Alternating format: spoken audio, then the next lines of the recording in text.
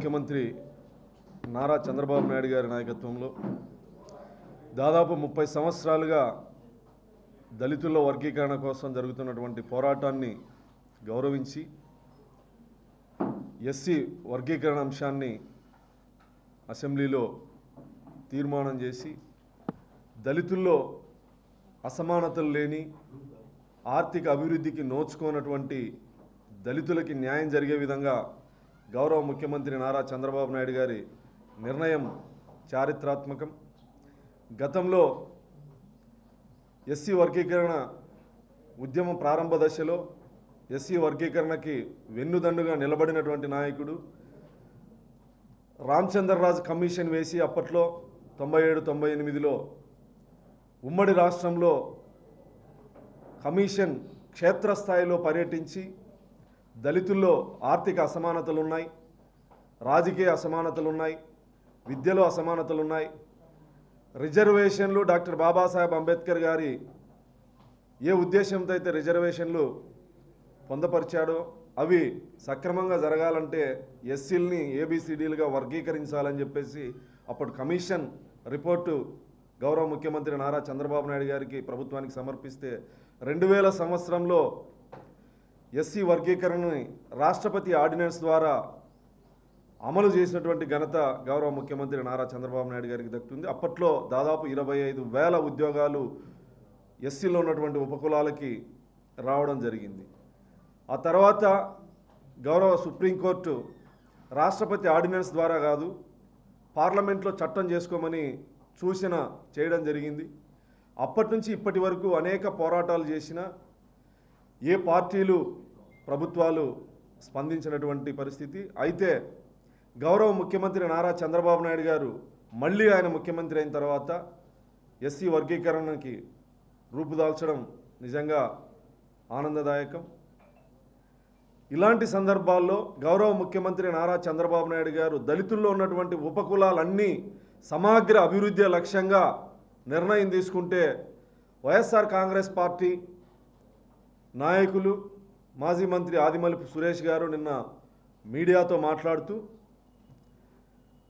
దళితుల్లో చిచ్చు పెట్టేందుకు ముఖ్యమంత్రి గారు ప్రయత్నిస్తారని చెప్పడం ఇది ఆ పార్టీకి ఆయనకి అవగాహన రాహిత్యం అని చెప్పి ఈ సందర్భంగా మాలామాదిగల్ని విడదీసి రాజకీయాలకి వాడుకుంటున్నాడు చంద్రబాబు నాయుడు గారు అని మాట్లాడడం అతని అవివేకానికి పరాకాష్ట.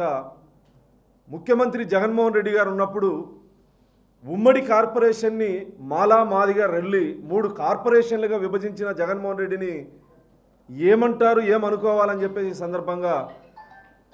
ఈ సందర్భంగా ఆదిమూలపు సురేష్ గారిని ప్రశ్నిస్తా ఉన్నా. నిజంగా మీకు దళితుల పట్ల చిత్తశుద్ధి ఉంటే జగన్మోహన్ రెడ్డి గారి 5 సంవత్సరాల కాలంలో దళితుల కోసం ఏం చేశాడని చెప్పి ఈ సందర్భంగా నేను ప్రశ్నిస్తాను. బహిరంగ చర్చకి వైఎస్ఆర్ కాంగ్రెస్ పార్టీ నాయకులు ఎవ్వరొచ్చినా చర్చించడానికి నేను సిద్ధం. తెలుగుదేశం పార్టీ ఆవిర్భవించిన తర్వాత దళితుల కోసం తీసుకొచ్చినటువంటి నిర్ణయాలని, సంక్షేమ పథకాలని, చారిత్రాత్మకమైన నిర్ణయాలని నేను వివరించగలను. వైఎస్ఆర్ కాంగ్రెస్ పార్టీ కానీ ఏం చేసిందని ఈ సందర్భంగా ప్రశ్నిస్తా ఉన్నా. తెలుగుదేశం పార్టీ ఆవిర్భవించక ముందు తెలంగాణలో పటేల్ పట్వారీ వ్యవస్థ, కాల్ మొక్తాన్ బాంచంద్ అనేటువంటి ఒక దుర్మార్గమైనటువంటి వ్యవస్థని కూకటి వేళ్లతో సహా పెకిలించింది అన్న నందమూరి తారక రామారావు గారు తెలుగుదేశం పార్టీ. ఆ రోజు నుంచి ఈ రోజు వరకు ఆ రోజు దళితుల్లో ఉన్నటువంటి అంటరానితనం, 2 గ్లాసుల పద్ధతి, ఇలాంటి దుర్మార్గాల్ని రూపుమాపింది తెలుగుదేశం పార్టీ. జస్టిస్ పున్నయ్య కమిషన్ను వేసి ఆ రోజుల్లో గ్రామాల్లో అంటరానితనం, దేవాలయాల ప్రవేశాలు కానీ, హోటళ్లలో 2 గ్లాసుల పద్ధతి కానీ, అంటరానితనాన్ని కానీ పూర్తిగా నిర్మూలించడానికి గౌరవ ముఖ్యమంత్రి అప్పట్లో చంద్రబాబు నాయుడు గారు కమిటీలు వేసి, శాంతి కమిటీలు వేసి అనేక జీవోల్ని తీసుకొచ్చి ఎస్సీ ఎస్టీ కమిషన్ని భారతదేశంలో మొట్టమొదటి రాష్ట్రానికి ఎస్సీ ఎస్టీ కమిషన్ చైర్మన్ని నియమించి మా హక్కుల్ని కాపాడేందుకు నిర్ణయం తీసుకున్నటువంటి నేత గౌరవ ముఖ్యమంత్రి చంద్రబాబు నాయుడు గారు. అదేవిధంగా ఎస్సీ ఎస్టీ అట్రాసిటీ కేసుల్ని ఏళ్ల తరబడి పరిష్కారం కాకపోతే ఎస్సీ ఎస్టీలకి సపరేట్ అట్రాసిటీ చట్టానికి సపరేట్ కోర్టుల్ని నియమించింది కూడా, ఏర్పాటు చేసింది కూడా, నిర్ణయం తీసుకుంది కూడా గౌరవ ముఖ్యమంత్రి నారా చంద్రబాబు నాయుడు గారు. ఈరోజు వైఎస్ఆర్ కాంగ్రెస్ పార్టీ నాయకులు మాట్లాడుతున్నారు, రాజశేఖర రెడ్డి గారు ముఖ్యమంత్రి అయితేనే ఎన్ఎస్ఎఫ్డిసి పథకాన్ని మాకు వద్దు అని కేంద్రానికి లేఖ రాసినటువంటి వ్యక్తి గౌరవ అప్పుడు ముఖ్యమంత్రి రాజశేఖర రెడ్డి గారు. అయితే 2014లో చంద్రబాబు నాయుడు గారు ముఖ్యమంత్రి అయితేనే మా దళితులకు మళ్ళీ ఆ పథకం కావాలి అని చెప్పి లేఖ రాసి మళ్ళీ యాజ్ ఇట్ ఈజ్గా అమలు చేసినటువంటి వ్యక్తి గౌరవ ముఖ్యమంత్రి చంద్రబాబు నాయుడు గారు. ఎస్సీ ఎస్టీ సప్లాన్ మంత్రిగా పనిచేసావు కదా సురేష్ గారు, ఎస్సీ ఎస్టీ సప్లాన్ నిధులు 2014 నుంచి 19 వరకు ఎన్ని వేల కోట్లు ఖర్చు పెట్టాం దళిత వాడల్లో మౌలిక వసతులకి, దళిత వాడల అభివృద్ధికి, దళితుల అభివృద్ధికి మేము చర్చించడానికి సిద్ధంగా ఉన్నాం.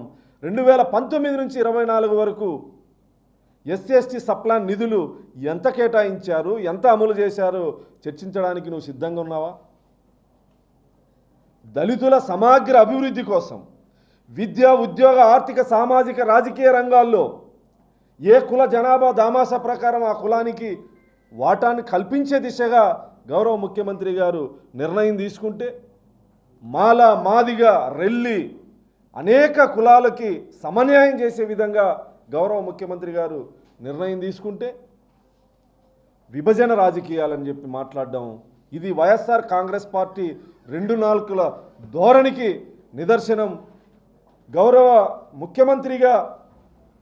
ముఖ్యమంత్రిగా జగన్మోహన్ రెడ్డి గారు ఉన్నప్పుడు కూడా అసెంబ్లీ వేదికగా మాట్లాడినటువంటి మాటల్ని ఒక్కసారి మనం చూసుకుంటాం.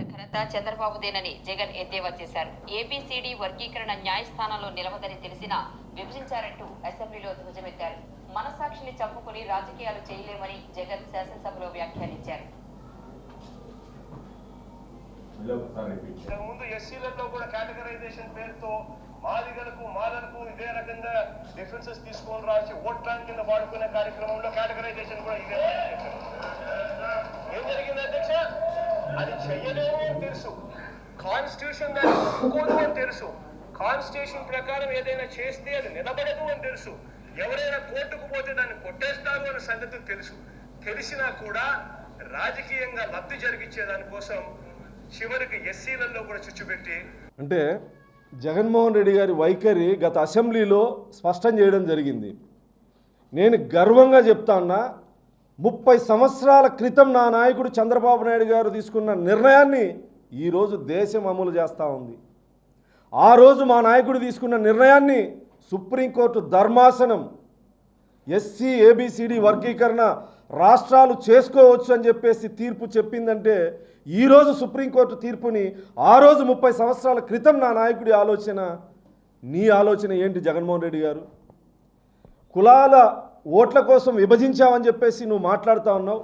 మరి ఉమ్మడి కార్పొరేషన్ని మీరెందుకు విభజించారు? మాలా, మాదిగ, రెల్లి కార్పొరేషన్లుగా మీరెందుకు విభజించారు? అంటే ఆ నిర్ణయం కూడా ఓటు బ్యాంకు రాజకీయాల కోసం విభజించారా? అనేక కమిషన్లు కాంగ్రెస్ పార్టీ ప్రభుత్వంలో, రాష్ట్ర ప్రభుత్వం, కేంద్ర ప్రభుత్వంలో ఉన్నప్పుడు జస్టిస్ ఉషా మెహ్రా కమిషన్ వేయడం జరిగింది. ఆ కమిషన్ ఉమ్మడి రాష్ట్రంలో పర్యటించి ఏబిసిడి వర్గీకరణ జరగాల్సిందే, గతంలో జరిగినప్పుడు ఇన్ని వేల మందికి ఉద్యోగాలు వచ్చాయి, ఇది మంచి నిర్ణయం, చేయాల్సిందే అని కాంగ్రెస్ పార్టీ నియమించినటువంటి జస్టిస్ ఉషా మెహ్రా కమిషన్ కూడా కేంద్రానికి అప్పుడు నివేదికను ఇవ్వడం జరిగింది. అనేక కమిషన్లు. ఇప్పుడు మా గౌరవ ముఖ్యమంత్రి చంద్రబాబు నాయుడు గారు వేసినటువంటి ఏకసభ్య కమిషన్ కూడా రాష్ట్రంలో అన్ని జిల్లాల్లో పర్యటించి అన్ని కుల సంఘాల దగ్గర వినతపత్రాలు స్వీకరించి అన్ని కుల సంఘాలతో సమావేశాలు ఏర్పాటు చేసి దళిత ప్రజాప్రతినిధులతో దాదాపు 4-5 సార్లు సమావేశాలు ఏర్పాటు చేసి అన్ని అభిప్రాయాలు తీసుకొని కమిషన్ రిపోర్ట్ని రాష్ట్ర ప్రభుత్వానికి ఇవ్వడం జరిగింది. ఆ రిపోర్ట్ని ఆధారంగా గౌరవ ముఖ్యమంత్రి ఈరోజు తీసుకున్నటువంటి నిర్ణయం, ఈ నిర్ణయం దళితుల్లో ఏ కులానికి అనుకూలం కాదు, ఏ కులానికి వ్యతిరేకం కాదు, దళితుల సమగ్ర అభివృద్ధే గౌరవ ముఖ్యమంత్రి చంద్రబాబు నాయుడు గారి లక్ష్యం. దళితుల్లో ఉన్నటువంటి అణగారిన వర్గాల్లో అట్టడుగునున్నటువంటి ప్రభుత్వం నుంచి లబ్ధి పొందినటువంటి కులాలు ప్రభుత్వం నుంచి ఆర్థిక పరంగా కానీ రాజకీయంగా కానీ లబ్ధి పొందనటువంటి కులాలని కూడా అభివృద్ధి పథంలోకి తీసుకురావాలని చెప్పేసి తీసుకున్నటువంటి నిర్ణయం. ఇలాంటి నిర్ణయాన్ని స్వాగతించాల్సింది పోయి వ్యతిరేకించేటువంటి ఆదిమలపు సురేష్ 5 సంవత్సరాలు మంత్రిగా పనిచేశావు. 5 సంవత్సరాలు మంత్రిగా పనిచేశావు. ముఖ్యమంత్రిగా జగన్మోహన్ రెడ్డి గారు బాధ్యతలు తీసుకున్న తర్వాత దాదాపు 27 దళితుల సంక్షేమ పథకాలని రద్దు చేస్తే నోరు మెదపనటువంటి నువ్వు ఇన్ఛార్జ్ మంత్రిగా ఉన్నటువంటి కడప జిల్లాలో ఒక దళితుడైన డాక్టర్ అచ్చెన్నని అతి కిరాతకంగా కిడ్నాప్ చేసి చంపేసి కుటుంబ సభ్యులకు కూడా సమాచారం ఇవ్వకుండా పోస్ట్మార్టం రిపోర్ట్ చేసి మాంసపు ముద్దల్ని ఆ కుటుంబానికి అప్పగిస్తే నోరు మెదపనటువంటి చవట దద్దమ్మవి. అదే కడప జిల్లా పులివెందుల్లో ఒక దళిత మహిళని అతి కిరాతకంగా అత్యాచారం చేసి హత్య చేస్తే నోరు మెదపనటువంటి చవటవి. నీ నియోజకవర్గంలో కొండేపి నియోజకవర్గంలో దళితుల మీద దాడులు జరిగితే స్పందించినటువంటి నువ్వు మంత్రిగా నీ ముఖ్యమంత్రి దగ్గరికి ఫైల్ తీసుకొని పోతే నీ మొహాన ఫైల్తో విసిరి కొట్టిన ఆత్మగౌరవం లేనటువంటి చవటవి దద్దమ్మవి నువ్వు ఈరోజు మాట్లాడుతూ ఉన్నావా? ఇది మాలామాదిగల మధ్య దళితుల మధ్య గొడవలు పెట్టేటువంటి నిర్ణయమా? అంటే సుప్రీంకోర్టు ప్రతిష్టాత్మకంగా ఏర్పాటు చేసిన 7 మంది న్యాయమూర్తులు ఇచ్చినటువంటి నిర్ణయాన్ని కూడా వ్యతిరేకించేటువంటి ఆ నిర్ణయాన్ని కూడా తప్పుపట్టేటువంటి వ్యక్తులా మీరు? దేశ ప్రధాని నరేంద్ర మోడీ గారు దేశ ప్రధాని స్థాయిలో వచ్చి దళితుల అసమానతలు ఉన్నాయి, ఎస్సీ వర్గీకరణకు నేను కట్టుబడి ఉన్నాను, ఖచ్చితంగా మళ్ళీ అధికారంలోకి వస్తే చేస్తానని చెప్పినటువంటి నాయకుడు. అంటే ఇంతమంది నిర్ణయాన్ని సమాజంలో అందరూ మద్దతు తెలిపినటువంటి అంశాన్ని ఇది ఏ కులానికి వ్యతిరేకం కాదు, అనుకూలం కాదని తెలిసిన కుల రాజకీయాలు చేయడానికి ముందుకొచ్చినటువంటి నీలాంటి వాళ్ళు, నీలాంటి నాయకుడి యొక్క పార్టీని దళితులందరూ కూడా గమనిస్తారనే విషయాన్ని కూడా గుర్తుపెట్టుకోవాలని, దళితుల్లో సమగ్ర అభివృద్ధి కోసం మీరు తీసుకున్న నిర్ణయాలు ఏంది? 5 సంవత్సరాల్లో ఒక్క సంక్షేమ పథకాన్ని దళితుల కోసం ప్రవేశపెట్టినటువంటి చరిత్ర మీకుందా? ఏ రాష్ట్రంలో ఏ ముఖ్యమంత్రి అయినా తన ఉనికి ఉండాలని చెప్పేసి అనేక సంక్షేమ పథకాలకి రూపకల్పన చేస్తారు. రూపకల్పన చెయ్యకపోయినా, దళితుల కోసం కొత్త పథకాన్ని ప్రవేశపెట్టకపోయినా ఉన్నటువంటి 27 పథకాలని మీరు నాశనం చేస్తే, గౌరవ ముఖ్యమంత్రి నారా చంద్రబాబు నాయుడు గారు విదేశీ విద్య అంటే దళితుల్లో ఉన్నత విద్యలు అభ్యసించడానికి ఆర్థికంగా లేనటువంటి వాళ్ళను విదేశాల్లో చదివించాలని చెప్పేసి డాక్టర్ బాబాసాహెబ్ అంబేద్కర్ గారి పేరు మీద అంబేద్కర్ విదేశీ విద్య అని పేరు పెడితే అనేక మంది దళితుల్ని ఉన్నత విద్యకు విదేశాలకు పంపితే ఆ పథకాన్ని కూడా నిర్వీర్యం చేసి 4 సంవత్సరాలు నిర్వీర్యం చేసి 5వ సంవత్సరంలో డాక్టర్ బాబాసాహెబ్ అంబేద్కర్ గారి విదేశీ విద్యకు ఆయన పేరు తొలగించి జగనన్న విదేశీ విద్య అని పేరు పెట్టుకుంటే, డాక్టర్ బాబాసాహెబ్ అంబేద్కర్ గారి పేరు తీసేస్తే నోరు మెదపనటువంటి మీరు డాక్టర్ బాబాసాహెబ్ అంబేద్కర్ గారి పేరు గౌరవ ముఖ్యమంత్రి చంద్రబాబు నాయుడు గారు పెట్టడానికి కారణమేమి? చదువుకి కులం కానీ పేదరికం కానీ అడ్డు కాకూడదు. పేదరికంలో పుట్టినటువంటి డాక్టర్ బాబాసాహెబ్ అంబేద్కర్ ప్రపంచ మేధావిగా రాజ్యాంగ రూపకర్తగా ఎదిగాడు. పేదరికము కులము అణిచివేత చదువుకి అడ్డు కాకూడదని ఆత్మన్యూనత భావంతో ఉన్నటువంటి కులాలకి ఆత్మస్థైర్యం నింపడం కోసం డాక్టర్ బాబాసాహెబ్ అంబేద్కర్ గారి పేరు పెడితే ఆ మహనీయుడి పేరు తీసేసి జగన్ రెడ్డి విదేశీ విద్య, జగన్మోహన్ రెడ్డి జగనన్న విదేశీ విద్య అని పెడితే కనీసం నోరు మెదపనటువంటి మీరు ఈరోజు చారిత్రాత్మకమైన నిర్ణయం, దళితులు అందరూ ముక్తకంఠంతో స్వాగతిస్తున్నటువంటి నిర్ణయాన్ని వ్యతిరేకించడానికి ముందుకొస్తున్నారంటే మీకు అసలు మనస్సాక్షి అనేది ఉందా అని చెప్పి నేను సందర్భంగా ప్రశ్నిస్తా ఉన్నా. 5 సంవత్సరాలు మీరు చేసినటువంటి నిర్వాహకాలు దళితులకి అభివృద్ధికి దూరం చేయడమే కాకుండా 3 కార్పొరేషన్లుగా విభజించి ఒక్క రూపాయి 5 సంవత్సరాల్లో మాలా మాదిగ రెల్లి కార్పొరేషన్లకి బడ్జెట్ పెట్టింది ఉందా? ₹1 రుణం ఒక దళితుడికి మంజూరు చేసినటువంటి ఘనత మీకుందా? ఇప్పటికైనా సామాజిక న్యాయం, సమన్యాయం రాజకీయ కోణంలో చూడకూడదని చెప్పి వైఎస్ఆర్ కాంగ్రెస్ పార్టీ అధినేతకు సురేష్ లాంటి ప్రబుద్ధులకి నేను విజ్ఞప్తి చేస్తాను. సామాజిక న్యాయం వేరు, రాజకీయ కోణంలో చూసేటువంటి న్యాయం వేరు. సామాజిక అంశాల్ని సామాజిక కోణంలో చూసేటువంటి వ్యక్తులు ప్రభుత్వ అధినేతలుగా ఉంటే అన్ని కులాలకి సమన్యాయం జరుగుతుందనడానికి ఈరోజు మొన్న జరిగినటువంటి చారిత్రక నిర్ణయాలు కారణం.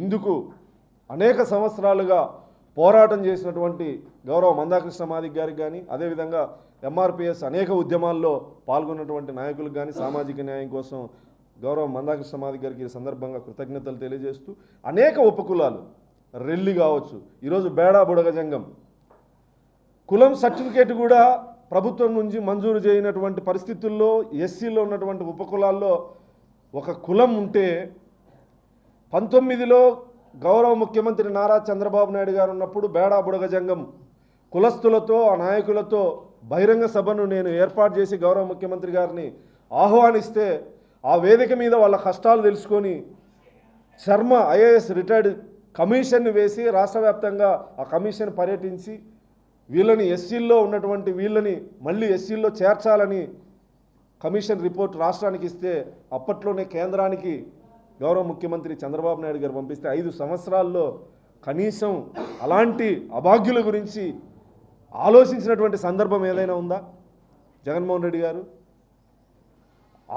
యాచక వృత్తిని ఈరోజు కులం సర్టిఫికేట్ లేక, విద్యకు నోచుకోక, ఉద్యోగాలు లేక, ప్రభుత్వ కార్పొరేషన్ నుంచి ₹1 రుణం మంజూరు తీసుకోలేనటువంటి అభాగ్యులుగా ఉన్నటువంటి అలాంటి కులాల్ని కూడా ఆదరించలేనటువంటి మనస్తత్వం కలిగిన మీరు ఈరోజు దళితుల గురించి, దళిత సంక్షేమం గురించి, సామాజిక న్యాయం గురించి మాట్లాడేటువంటి అర్హత మీకు లేదని కూడా ఈ సందర్భంగా తెలియజేస్తూ ఇప్పటికైనా సామాజిక కోణంలో చూడాలని చెప్పి ఈ సందర్భంగా తెలియజేస్తూ గౌరవ ముఖ్యమంత్రి గారికి చారిత్రాత్మకమైనటువంటి నిర్ణయం చరిత్రకారులకే సాధ్యమని మరోసారి నిరూపించబడింది.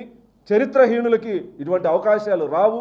ఇటువంటి చారిత్రాత్మకమైనటువంటి నిర్ణయంలో నేను కూడా భాగస్వామ్యమైనందుకు, గౌరవ ముఖ్యమంత్రి నారా చంద్రబాబు నాయుడు గారి నాయకత్వంలో పనిచేస్తున్నందుకు నేను గర్వంగా ఒక దళితుడిగా ఫీల్ అవుతూ ఈరోజు నేను ఈ సందర్భంగా మీడియాతో పంచుకుంటాను.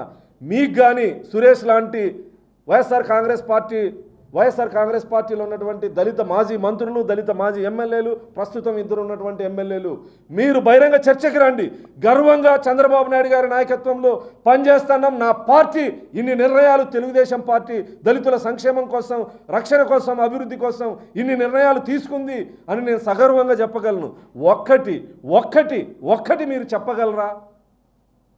ఇప్పటికైనా సాక్షిని నమ్ముకోకుండా మనస్సాక్షితో పనిచేయాలని సందర్భంగా తెలియజేస్తూ గౌరవ ముఖ్యమంత్రి నారా చంద్రబాబు నాయుడు గారికి నేను ఏ సామాజిక న్యాయ అంశంలో కార్యకర్తగా, నాయకుడిగా వచ్చానో, పోరాటాలు చేశానో, ఆ పోరాటాలు చేసినటువంటి వర్గీకరణ ఉద్యమంలో భాగస్వామైనటువంటి నన్ను ఈరోజు శాసనసభ్యుడిగా అదే చట్టం తీసుకొచ్చే ముందు తీర్మానం చేసేటప్పుడు నేను సభ్యుడిగా ఉన్నందుకు నా జన్మ ధన్యమైందని కూడా ఈ సందర్భంగా మీడియా ద్వారా ప్రజలకు తెలియజేస్తాను.